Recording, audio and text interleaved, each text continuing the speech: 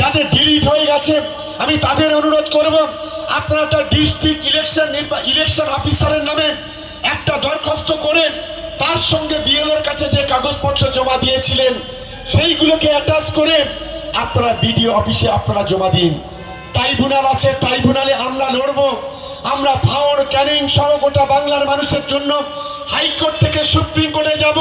হয়তো তারা ভোট দিতে পারবে না, কিন্তু আগামী দিনে তাদের নাগরিকত্ব কেড়ে নেওয়ার যে চক্রান্ত বিজেপি করছে এটা আমরা হতে দেব না, হতে দেব না, হতে দেব না। এটা আপনারা নিশ্চিন্তে ভাবে থাকবেন।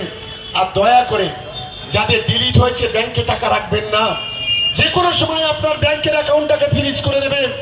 এই গাদ্দার সরকার নরেন্দ্র মোদীর সরকার ইলেকশন কমিশনকে দিয়ে এই নোংরা খেলা খেলছে।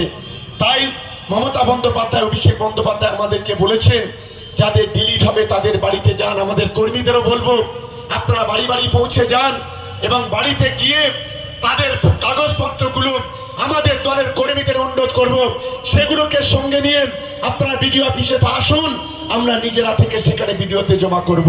তাই আমার সকল তৃণমূল কংগ্রেসের কর্মীরা আজকে যারা রাস্তায় আমাদের রাস্তার দুদিকে হাত নাড়িয়ে আমাদেরকে ওয়েলকাম করেছেন, আমাদেরকে অভিনন্দন করেছেন, যারা পায়ে পা মিলিয়ে কলোনির মাঠ থেকে আজকের এই আমাদের বালিগাদা পর্যন্ত এসছেন, আমি তাদেরকে এবং সঙ্গে সঙ্গে এই বাজারের ব্যবসায়ী সমিতির বন্ধুরা যারা আছে বালিগাদা বাজারের, আমি সকলকে দলের পক্ষ থেকে ধন্যবাদ, অভিনন্দন, ভালোবাসা, নমস্কার, প্রণাম, সালাম, শ্রদ্ধা, ভালোবাসা জানিয়ে আমার বক্তব্য শেষ করছি।